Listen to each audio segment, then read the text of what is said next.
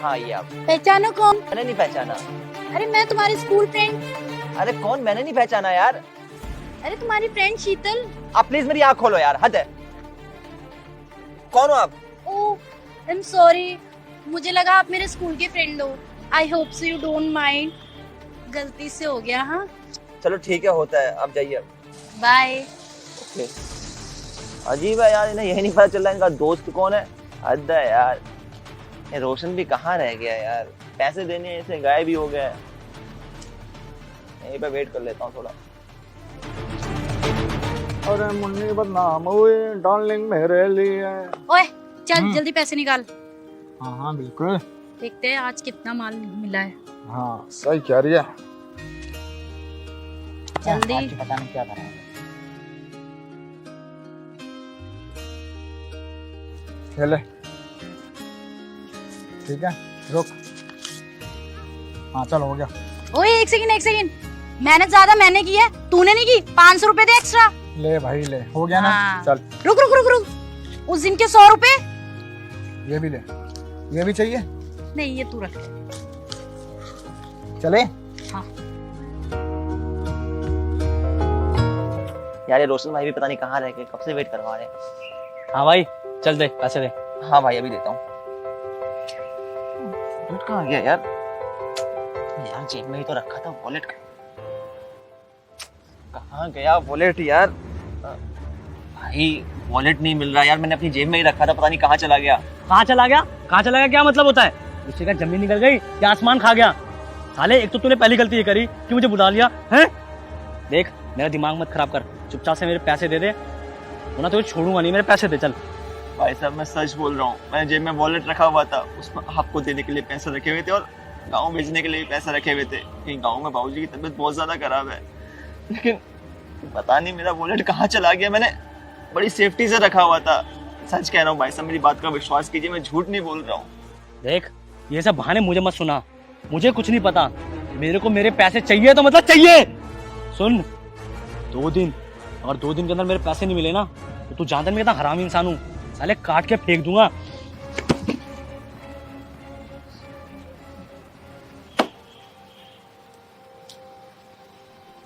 यार ऐसे पता नहीं कहाँ चले गए यार।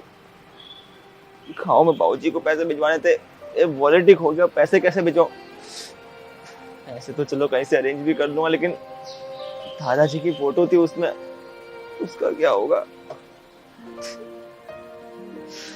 उसने चुरा लिया यार पैसे।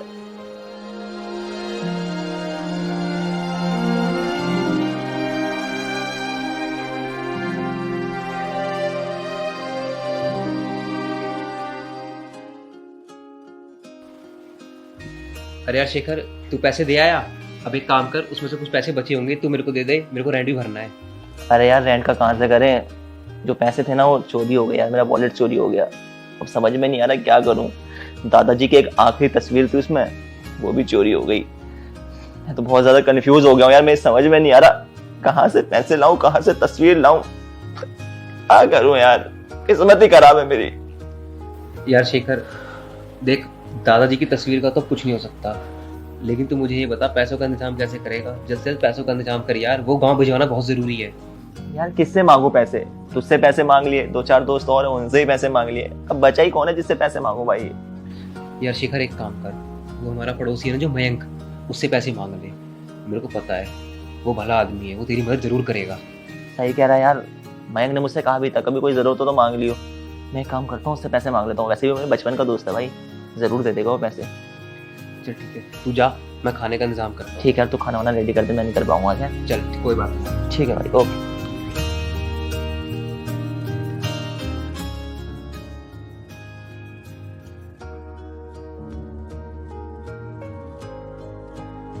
अरे शेखर आजा आजा, अब बैठ। आया भाई।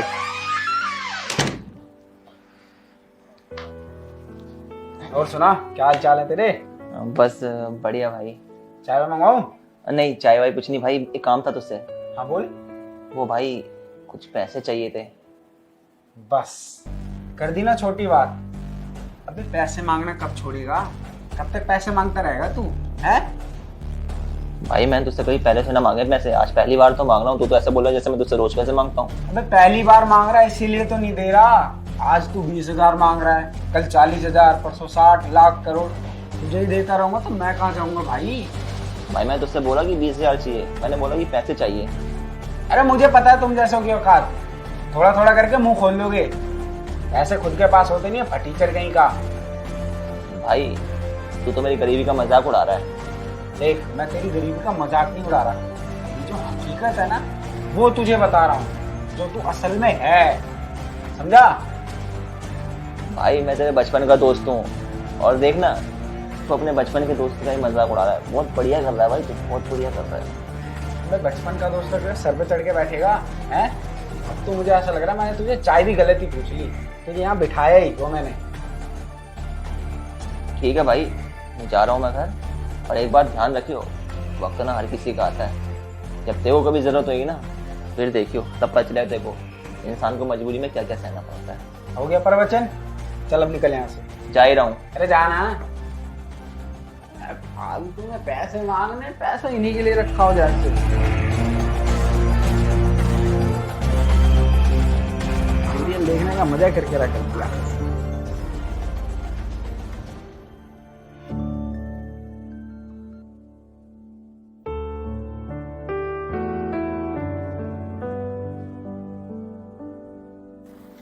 Excuse me.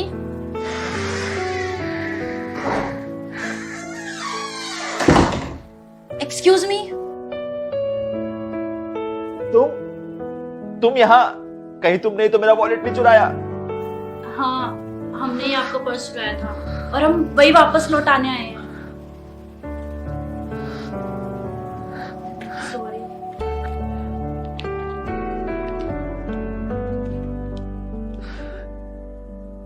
दादाजी थैंक्स गॉड, दादाजी की आखिरी तस्वीर मिल गई। अच्छा हम चलते हैं। एक सेकंड रुको, जब तुम्हें वॉलेट चुराना ही था तो फिर वापस क्यों लौटा रहे हो? आखिर ऐसी भी क्या मजबूरी आ गई कि आप लोग ये वॉलेट मुझे वापस लौटा रहे हो? हम अक्सर चोरियां करते हैं और इस बार भी हमने चोरी करी और पहुंच गए अपने अड्डे पर। वहां पर हमने पैसों का हिसाब किया और पर्स को फेंक दिया। उसके बाद हम निकल पड़े मौज मस्ती करने के लिए, लेकिन अचानक से शीतल की नजर पड़ी आपके पर्स से बाहर निकलते हुए पर्ची पर। चल चलते हैं। हाँ। ओए रुक, ये पर्ची देखियो, क्या है इसमें? मैं पढ़ता हूँ। हाँ हाँ पढ़। तेरे को तो पता ही है मुझे पढ़ना नहीं आता। पढ़ना क्या हो गया? ला दे, बड़ा है 30 मार खान। प्रणाम पिताजी। पिताजी प्रदेश में मैं खुश हूँ, आप बताएं आप कैसे हैं? वैसे सच कहूँ तो आपकी यहाँ रोज याद आती है, क्योंकि माँ बाप से दूर चाहे करोड़ों सुख सुविधा क्यों ना हो, पर जिंदगी खाली खाली ही लगती है। जब रात को ऑफिस से आता हूँ तो रोज गाँव आपको और माँ को याद करता हूँ, और आप लोगों की यादों को सोचते सोचते ही सो जाता हूँ। अच्छा पिताजी, आपको एक बात बतानी थी। वो दादाजी की एक तस्वीर मिली है मुझे, मेरी अटैची में ही थी। मैं उसे जल्द ही फ्रेम करवा लूंगा, क्योंकि दादाजी की कोई और तस्वीर हमारे पास है ही नहीं। पिताजी मैं पैसे दोस्त के हाथ भिजवा रहा हूँ, साथ ही साथ एक खत भी लिख रहा हूँ, क्योंकि आप कहते हो ना कि वो भी क्या जमाने थे जब खत आते थे, चिट्ठी का इंतजार रहता था। तो मैंने सोचा कि कॉल तो रोज होती रहती है, इस बार आपको दवाई के पैसों के साथ साथ खत भी दूंगा। अच्छा सुनिए ना, अगले महीने आ रहा हूं मैं, दादाजी की तस्वीर भी लाऊंगा फ्रेम कराई हुई। माँ और आपको ढेर सारा प्यार। प्रणाम पिताजी, और माँ को भी मेरा प्रणाम कहना। जल्दी आएगा आपका प्यारा लाडला बच्चा। यार सुमित, इस लेटर के हिसाब से तो हमने उस बेचारे के साथ बहुत गलत किया। हम एक काम करते हैं, उस भेजने वाले ने इस पे एड्रेस तो लिखा है, हम उसके घर जाके उसको पैसे लौटा देते हैं। अरे वो तो ठीक है, लेकिन हुआ क्या है? मैं तुझे रास्ते में बताती हूँ सब, चल। दरअसल पहले हम चोरी मजबूरी में करते थे, लेकिन उसके बाद फिर ये हमारा शौक बन गया, और फिर हमें इस काम में मजा आने लगा, और धीरे धीरे यही काम हमारा प्रोफेशन बन गया। एक बात बताऊं आप लोगों को, चोरी करना कोई मजबूरी नहीं होती, बल्कि एक बहाना होता है अपनी असफलता को छुपाने का। अगर बंदे की कोई मजबूरी है तो वो काम करे ना, मेहनत करे, मेहनत से पैसा कमाए। उस पैसे का भला क्या फायदा जो किसी के सपनों को मार कर आए। हमें तो पता ही नहीं था कि हम अनजाने में किसी का इतना बड़ा नुकसान कर रहे हैं। इतने नुकसान की बात कर रहे हैं आप। अगर हम चोरी के असल नुकसान की बात करें ना, तो उस असल नुकसान की सच्चाई सुन के आपके पांव तले की जमीन खिसक जाएगी। दरअसल क्या है ना, जब किसी भी इंसान की चोरी होती है तो उस वक्त सिर्फ चोरी नहीं होती है, कई बार क्या होता है कि उसके वॉलेट में कुछ ऐसी यादें होती हैं जो फिर कभी वापस लौट के नहीं आ सकती। जैसे मेरे वॉलेट में मेरे दादाजी की आखिरी तस्वीर थी। अगर वो तस्वीर गुम हो जाती तो हमारे पास उनकी कोई और तस्वीर नहीं थी। हम उनकी तस्वीर बाद में करोड़ों रुपए खर्च करने के बाद भी नहीं ला सकते थे। ऐसे ही जब किसी का फोन चोरी होता है तो उस फोन में करोड़ों अरबों यादें होती हैं जो बेशकीमती होती हैं। उनकी कीमत किसी पैसे से चुकाई जा ही नहीं सकती। और कई बार क्या होता है कि जब किसी की चोरी होती है तो उसमें जो कुछ पैसा होता है ना, वो बहुत ज्यादा जरूरी काम के लिए रखा होता है। जैसे किसी के पिता की तबीयत के लिए रखा हो, या फिर किसी ने अपना घर लेने के लिए रखा हो। तभी तो कहते हैं एक चोरी से कई बार तो किसी का आशियाना ही उजड़ जाता है। क्योंकि हम मिडिल क्लास लोग हैं यार, हम ना मेहनत से एक एक रुपया जोड़ते हैं, और जब हमारी चोरी होती है ना तो हमें बहुत दुख होता है, क्योंकि हमें पता होता है कि कितनी मेहनत से कमाया जाता है पैसा। और सोचो ना यार, कई बार बताओ क्या होता है, कई लोगों के जरूरी डॉक्यूमेंट चोरी हो जाते हैं, और डॉक्यूमेंट बनाने में तो आप लोगों को पता ही है कितनी मेहनत लगती है। इसलिए कई बार एक चोरी मामूली चोरी नहीं होती, उस चोरी में कई बार किसी का फ्यूचर छिपा होता है, किसी की जान छिपी होती है, किसी की यादें छिपी होती है। इसलिए हाथ जोड़ के विनती करता हूँ आपसे कि आज के बाद कभी चोरी मत करना, प्लीज। अरे नहीं, आप क्यों हाथ जोड़ते हैं? हम हाथ जोड़ते हैं आपके। आपने हमारी आंखें खोल दी। मैं आपको यकीन दिलाता हूँ, आज के बाद हम दोनों में से कोई चोरी नहीं करेगा। मुझे सच में बहुत ज्यादा खुशी हो रही है कि आप लोगों ने ये डिसीजन लिया कि आप आज के बाद चोरी नहीं करेंगे। तो यार मेरा भी एक छोटा सा डिसीजन है। आप लोगों का डिसीजन सुन के मैंने भी एक डिसीजन लिया कि मैं आज डिनर आप लोगों के साथ करूंगा। तो अगर आप लोगों को एतराज ना हो तो क्या मेरे साथ डिनर करोगे? अरे ये तो आपका बड़प्पन है। आइए बैठिए। तो यार ये थी हमारे द्वारा बनाई गई एक छोटी सी वीडियो, जिसमें हमने देखा कि किस तरह जब एक इंसान की चोरी होती है तो उस वक्त सिर्फ चोरी नहीं होती है, बल्कि उस चोरी के साथ साथ कई बार उस इंसान की यादें चोरी हो जाती हैं। एक ऐसी रकम चोरी हो जाती है जो उसकी जन्मों की पूंजी होती है, जिसके लिए उसने बहुत सारी मेहनत करी होती है।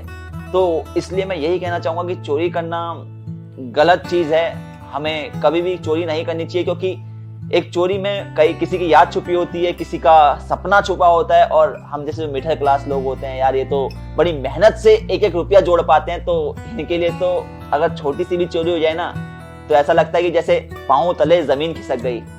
इसलिए अगर आप लोगों को हमारी ये वीडियो अच्छी लगी तो वीडियो का मैसेज आगे तक फैलाएं और कमेंट करके बताएं कि क्या कुछ खास लगा वीडियो में, जो और वीडियो से अलग लगा, और अगर कुछ गलती हो तो वो भी बताएं। Love you all, take care, see you soon.